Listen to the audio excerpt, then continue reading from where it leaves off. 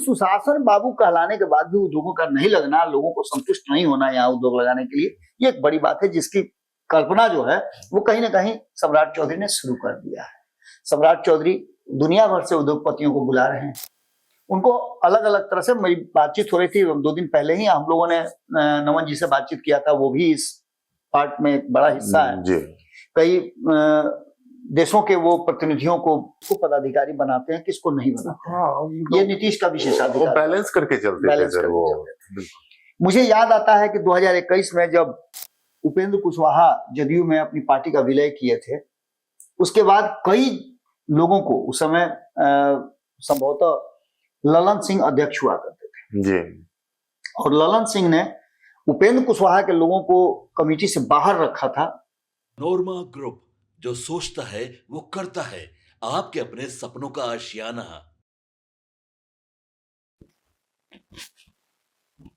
स्वागत है भारत लाइव में दोस्तों।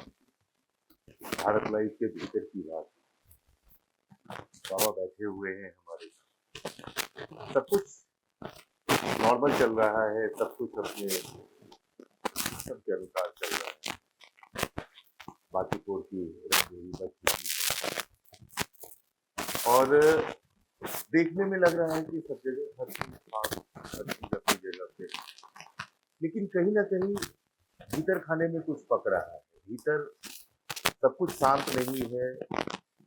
कल से आज तक जो जदयू की आंतरिक पृष्ठभूमि से बातें छन के आ रही है, वो बहुत कुछ कह रही है। एनडीए की सरकार 2030 तक का मजबूत कर रही है। नीतीश कुमार अब आगे कुछ भी नहीं या किसी भी क्षण 360 डिग्री पे घूम जाएगी बिहार की राजनीति। इस कड़ी को समझते हैं आज की इस कड़ी में। जो मैंने कहा आप समझे। बिल्कुल, आपने जितनी भी बातें कही, ये सिर्फ आपकी क्यूरियोसिटी नहीं है, ये बिहार के 14 करोड़ लोगों के जहन में ये बात उमड़ घुमड़ रहा है। लोग पचा नहीं पा रहे हैं कि इतना आसानी से नीतीश कुमार अब कुर्सी कैसे छोड़ी। कुर्सी के लिए उन्होंने कई बार अपने आप को इधर से उधर किया। 20 सालों में 10 बार, जबकि स्वाभाविक रूप से उनको 4 बार ही लेना चाहिए था मुख्यमंत्री पद का। एक बार मान लेते हैं, चलिए कि एक बार नैतिकता के आधार पर इस्तीफा देते चुनाव हार का इस्तीफा दिया तो 5 बार, लेकिन 10 बार की। जब 10 बार उन्होंने शपथ लिया,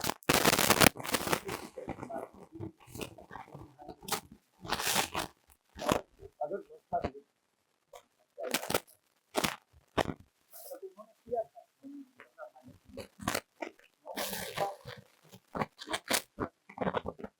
पिछला रिकॉर्ड भी अभी नहीं, लेकिन इतिहास और वर्तमान जो है इतिहास पन्नों सबसे पहले पिछले 24 घंटे का जितना भी आप देखिएगा, इसमें सबसे महत्वपूर्ण बात ये हुई है कि क्या भारतीय जनता पार्टी ने बातचीत को नीतीश कुमार के काउंसिल के साथ है। पहली बात। दूसरी बात कि आज जब हम ये खबर कर रहे हैं तो नीतीश कुमार को एक मीटिंग में होना चाहिए था, जो एनडीए गठबंधन की इंटरनल मीटिंग होनी थी, जिसे मुख्यमंत्री सम्राट चौधरी ने बुलाया था। उसके ठीक पहले नीतीश कुमार की तबीयत खराब हो गई। तबीयत खराब है या तबीयत खराब कराई गई, ये दोनों बातें बहुत ही महत्वपूर्ण है। हम जब पड़ताल उसकी भी कर रहे हैं, आपके भी गणमान्य लगे हुए हैं कितना तबीयत खराब है, और ये जैसे पता चलेगा तो हम उस पर फिर अपडेट देंगे। लेकिन सबसे बड़ी बात है कि नीतीश कुमार का ऐन वक्त पे तबीयत खराब हो जाना, जबकि रोज सुबह उठ करके लोगों से मिलते, आज वो भी काम नहीं हुआ है। और वो काम होगा भी क्यों? क्योंकि एक दिन पहले जो लिस्ट आई है, उस लिस्ट ने जनता दल यूनाइटेड के भीतर का जो कलई है वो, रैपर कुछ और था, और अंदर में माल कुछ और। जैसे ही ये जंबो 153 लोगों का कमेटी बनाया गया, उस कमेटी में कई नाम, कुछ नाम तो 1 दर्जन के आसपास नाम को तो मैं भी जानता हूं, जिन पर आचार कहा जाए तो उनके आचार को लेकर के, व्यवहार को लेकर के, पार्टी फोरम में लेकर के, इसके अलावा जो है उनकी पार्टी की तरफ से जो कमेटी बनाई गई थी, लोगों को चुनाव के समय में लोगों ने किस तरह का व्यवहार किया है, क्या किया है, एक्शन कमेटी जो थी, अनुशासन कमेटी थी, उस सब लोगों का रिपोर्ट लेकर के कुछ लोगों को, 1 दर्जन लोगों को तो इससे दूर रखा गया है। लेकिन जिन लोगों को 153 लोगों को जगह दी गई है, उसके अलावे भी उसमें खास करके एक वर्ग को अलग रखना, और उस वर्ग के वैसे लोगों को अलग रखना जो जमीन पर कार्य कर रहे थे।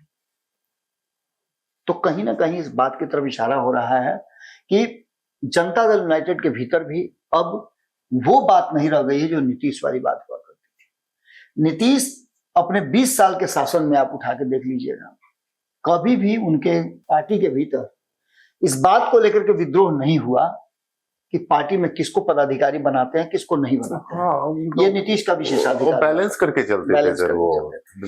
मुझे याद आता है कि 2021 में जब उपेंद्र कुशवाहा जदयू में अपनी पार्टी का विलय किए थे, उसके बाद कई लोगों को, उस समय संभवतः ललन सिंह अध्यक्ष हुआ करते थे जी, और ललन सिंह ने उपेंद्र कुशवाहा के लोगों को कमेटी से बाहर रखा था। हंगामा होना चाहिए था, लेकिन नीतीश कुमार ने होने नहीं दिया। कई लोगों को बाद में उन्होंने एडजस्ट किया। यही बात अशोक चौधरी के साथ भी हुआ था, जब अशोक चौधरी लौट करके 2019 के आसपास में आए थे। ये सारी परिस्थितियां इस बात की तरफ इशारा करती है कि नीतीश कुमार बैलेंस रहते थे, लेकिन अब जो बातें कही जा रही हैं, हो सकता है कि नाराज लोगों का ये परसेप्शन भी हो, नाराज लोग झूठ भी बोल रहे हो, लेकिन लोगों का कहना यह है कि नीतीश कुमार को बोलने नहीं दिया जा रहा है, या नीतीश कुमार को वस्तु स्थिति से अवगत नहीं होने दिया जा रहा है। तो एक तो सबसे बड़ी बात यह है, लेकिन मुझे ऐसा लगता है कि नीतीश कुमार इतने हल्के नहीं है कि उन तक बात नहीं पहुंचे और वो अनुभव नहीं कर ले।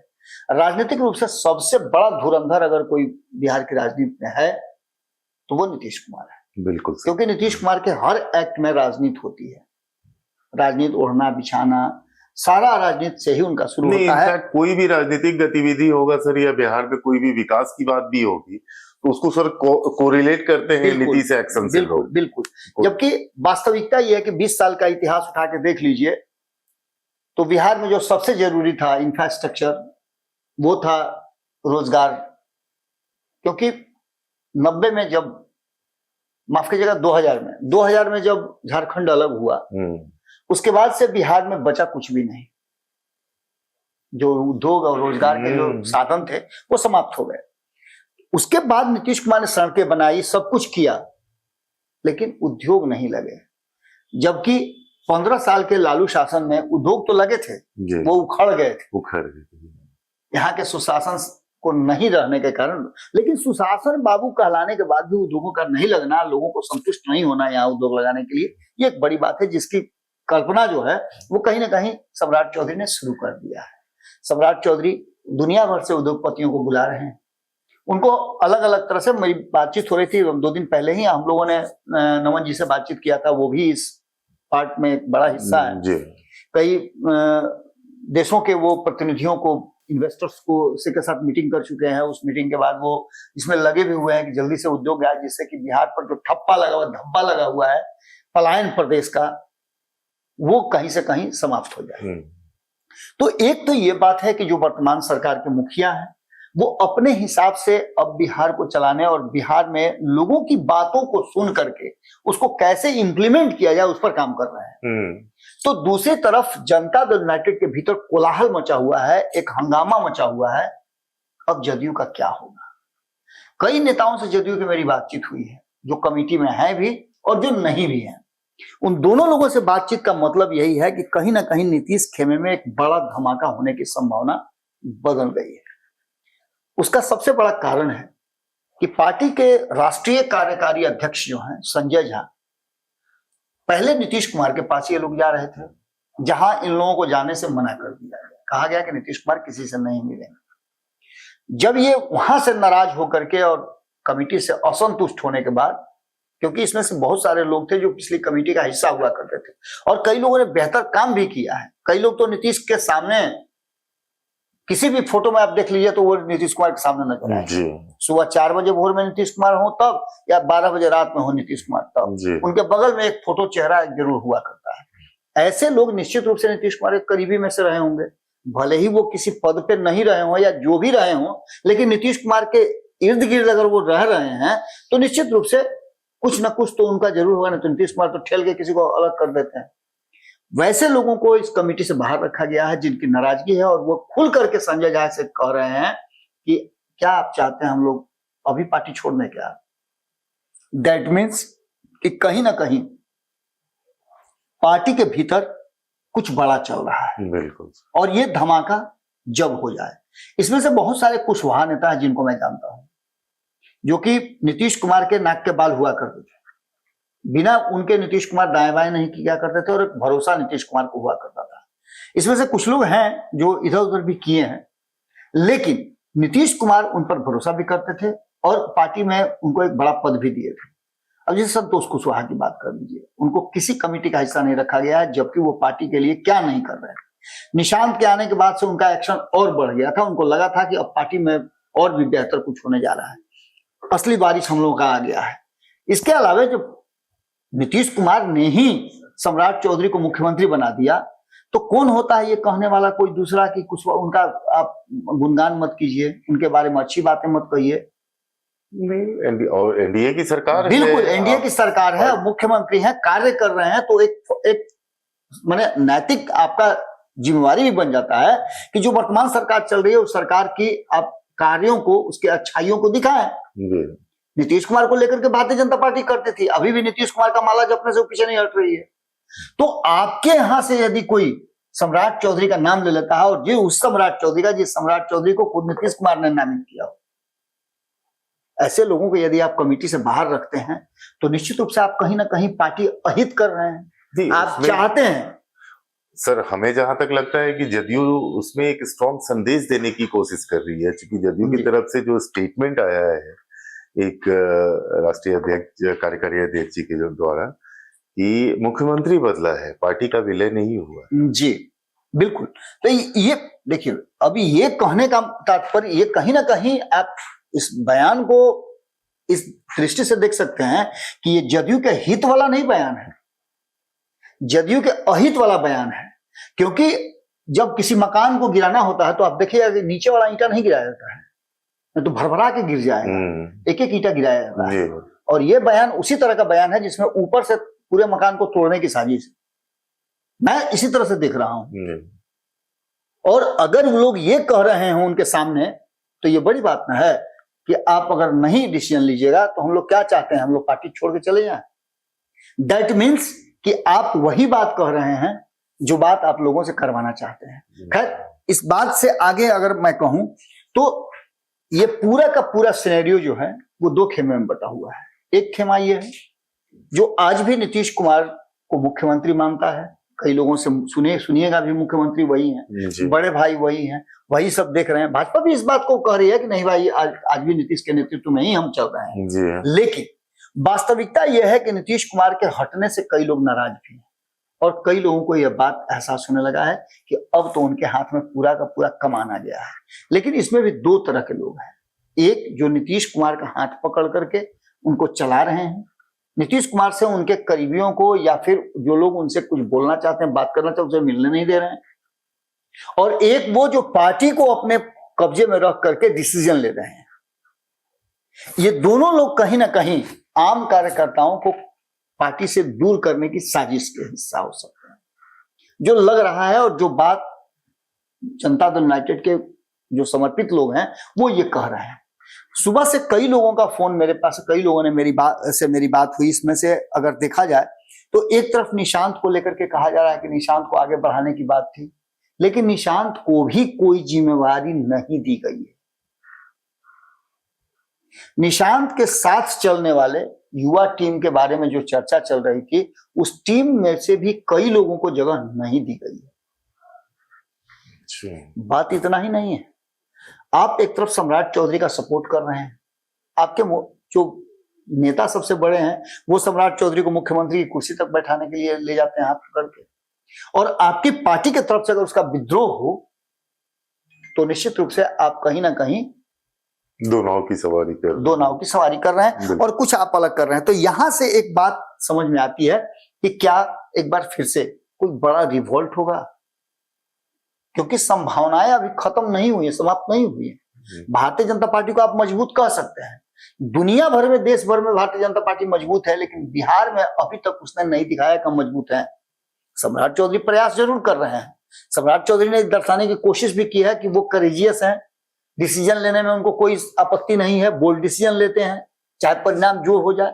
तो ये सारी चीजें दिखा रहे हैं, लेकिन अभी तक नीतीश कुमार का जो औरा था उस औरा से बाहर नहीं निकल पाए, क्योंकि रिपोर्ट आज भी वो नीतीश कुमार के यहाँ कर रहे हैं। तो ऐसी स्थिति में क्या भारतीय जनता पार्टी अभी भी मजबूर है, या फिर भारतीय जनता पार्टी इंटरनली कुछ ऐसा कर रही है जिससे रातों रात बिहार में कोई बड़ा खेल हो जाएगा? क्योंकि आप एक सिंपल सी बात देखिए, अभी अभी बंगाल से एक सूचना आपको आई होगी कि राज्यसभा के 3 लोगों ने इस्तीफा दिया था। इस्तीफा उन्होंने टीएमसी से दिया, और ठीक उसके बाद जैसे ही चुनाव अनाउंस होता है तो भारतीय जनता पार्टी उनको अपना उम्मीदवार बना देती है। दैट मीन्स ये खेल क्या चल रहा है, पहले से ये क्यों नहीं चल रहा था? इसका सीधा मतलब है कि भारतीय जनता पार्टी अब पश्चिम बंगाल में अपने को मजबूत कर रही है, तो क्या बिहार में भी मजबूत करने के लिए तैयारी कर रही है?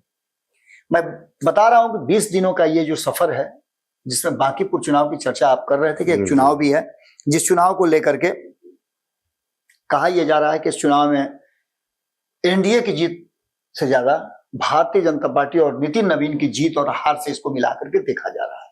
इसको इस तरह से देखा जा रहा है कि इस जीत हार से क्या असर पड़ना है और किस तरह से आगे एनडीए का स्वरूप तय होगा।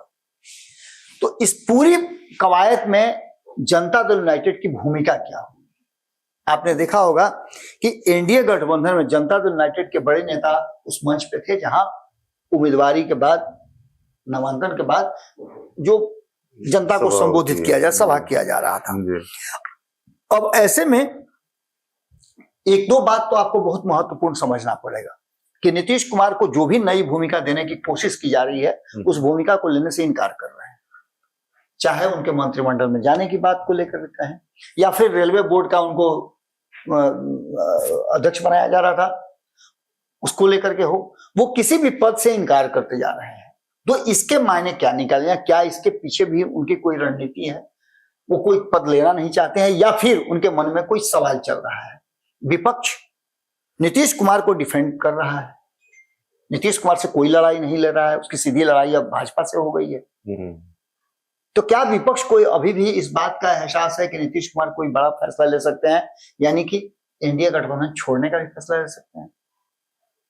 निशांत को लेकर के बार बार ये बात कही जा रही है कि निशांत अभी भी उस जगह पर नहीं पहुंच पाए जहां से कोई नया उनके ऊपर जिम्मेवारी दी जाए जी। ऐसे भी जिम्मेवारी मुक्त उनको रखा गया है। ये सभी बातें और इन बातों के साथ साथ संभावनाएं कई नजर आ रही हैं। इन संभावनाओं में सबसे बड़ी बात कि जब ये रिजल्ट आएगा बांकीपुर का तो एनडीए का स्वरूप थोड़ा और क्लियर होगा। और सबसे बड़ी बात इसमें जो होने जा रही है वो ये कि नीतीश कुमार के पार्टी के भीतर जो कोलाहल है वो कोलाहल इस बात की तरफ इशारा कर रहा है कि जनता दल यूनाइटेड अब नीतीश कुमार के रहते हुए भी नीतीश कुमार की पार्टी नहीं रह गई है। इसमें कई लोगों का कई तरह से प्रभाव बढ़ गया है, कब्जा हो गया है, और ऐसे में जो 153 लोगों की ये जैम्बो कमेटी बनाई गई है, इस कमेटी के बनने के बाद जो विद्रोह शुरू हुआ है पार्टी के भीतर, वो न चाहते हुए भी जनता दल यूनाइटेड को डैमेज जरूर कर रहा है। क्योंकि जिस जो नाम मुझे नजर आए, संतोष कुशवाहा, धीरज कुशवाहा, राजीव रंजन पटेल, चेतन आनंद, मनोरंजन गिरी, छोटू सिंह, पप्पू निषाद, सभी के एक्टिव मेंबर्स, इसमें सवर्ण भी हैं जी, इसमें आपके अति पिछड़ा भी हैं, और सबको मिलाकर के अगर देखा जाए तो ये विद्रोह उस समय हुआ है जब एनडीए गठबंधन एकमात्र सीट पर अपनी प्रतिष्ठा दांव पर लगाए हुए है बांकीपुर। अगर ये सब विद्रोह कर देते हैं तो निश्चित रूप से इसका घाटा जदयू को तो होगा ही, लेकिन साथ साथ एनडीए गठबंधन और वर्तमान जदयू को बाद में होगा परोक्ष रूप से सबसे पहले। जब तो कहीं ऐसा तो नहीं कि ये सब कुछ सोची समझी रणनीति के तहत हो रहा है जिससे कि बदला लिया जा सके। अब देखना होगा कि क्या कुछ निकल के सामने आता है, लेकिन जदयू का विद्रोह इसको सामान्य नहीं समझा जा सकता, इसको पूरी सोची समझी रणनीति के तहत समझा जा सकता है।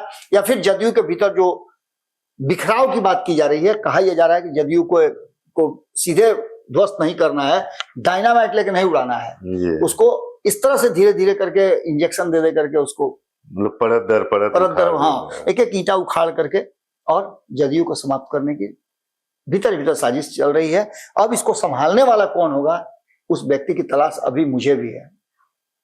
तो यहाँ अपने ही दुश्मन हो गए, अपने ही घर को आग लगाने वाली बात हो रही। बिल्कुल बाबा का इशारा आप लोग समझ सकते हैं दोस्तों।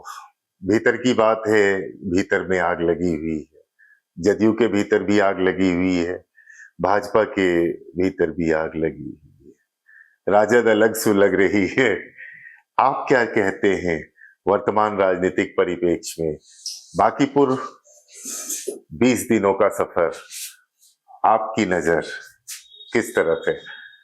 आपके कमेंट्स का इंतजार रहेगा। बने रहिए भारत लाइव के साथ। आपके सपनों को हमने सजाया है, ई होम्स पैनोरामा को हमने बनाया है। ई होम्स मेरा एक सपना था जिस पे मैं पिछले 4 साल से काम कर रहा था। हमने जो बनाया है वो सबने है माना। ई होम्स पैनोरामा में हो आपका भी आशियाना। और फाइनली हमने 2021 में इस प्रोजेक्ट को लॉन्च किया। बहुत लोग अप्रिशिएट कर रहे हैं कि पूर्णिया जैसे शहर में, बिहार के, एक तो बिहार की बात करें उसमें भी पूर्णिया जैसे छोटे जगह में इस तरह का लाइफस्टाइल देना, ये सुन के हम लोगों को बहुत अच्छा लगता है।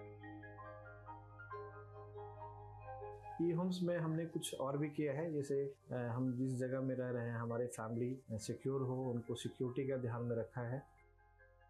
आपकी सुविधा और सुरक्षा आपके लिए खास है, ये आपका विश्वास है। इसमें आर्टिफिशियल इंटेलिजेंस का 7 लेयर सिक्योरिटी का हमने इस्तेमाल किया है। लस ग्रीन कैंपस को बनाया है। यदि हमारा बाउंड्री वाल है तो वो वर्टिकल गार्डन है।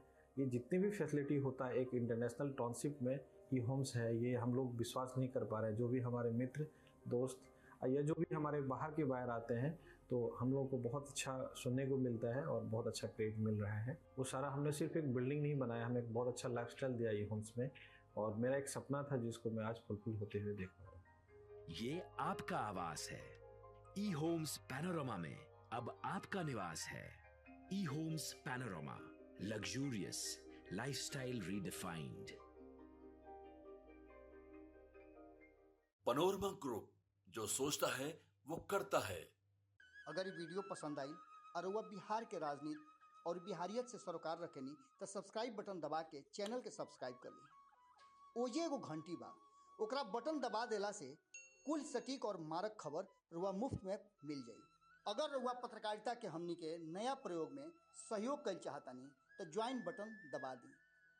पेटीएम नंबर नोट कर ली 9386816700।